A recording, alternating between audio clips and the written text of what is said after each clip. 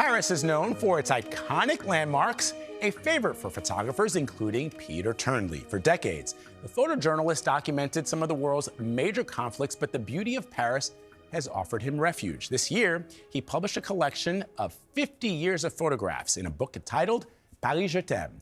Barry Peterson caught up with Turnley to find out the art behind his pictures.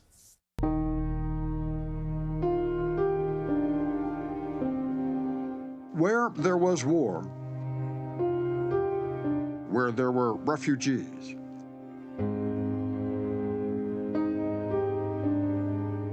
where there was famine, where there was despair.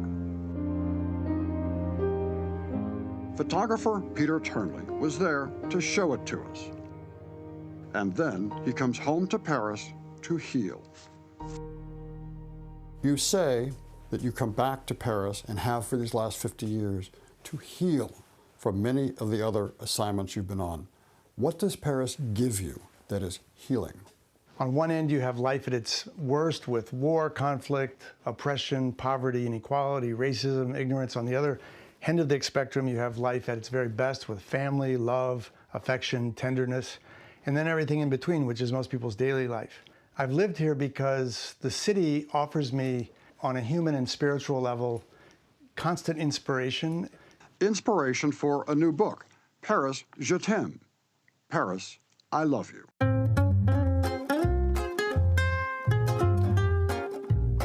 Pictures from 50 years of photographing Parisian life. The life of working men, life laced with fun, the beauty of youth, the pain of youth gone, and love pretty much everywhere. The French think of love as a celebration, it's a victory, and they're very proud of it. And there's no sense of embarrassment of demonstrating that publicly. In some pictures, Parisians look you right in the eye. In others, they look away, as if haunted by life. Is it purposeful? I always feel like there's a story there that maybe I should know. It's interesting that you underline that. For me, what is very important, once I make a photograph, once I respond to a moment that has touched my heart, I feel like after that, when you see my photograph, it's no longer mine, it's yours. And what matters to me are images that you wake up in the middle of the night and think about. He loves outdoor cafes where life slows down.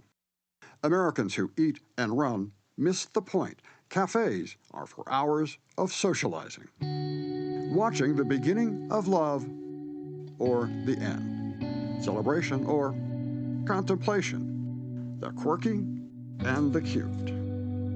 Writer Ernest Hemingway wrote, "Wherever you go for the rest of your life, it stays with you. For Paris is a movable feast." And people here cope with a wry sense of humor. Charles de Gaulle, the president, said once, how can you govern a country that has 400 different types of cheese? And all of that complexity is what makes living here also really fascinating.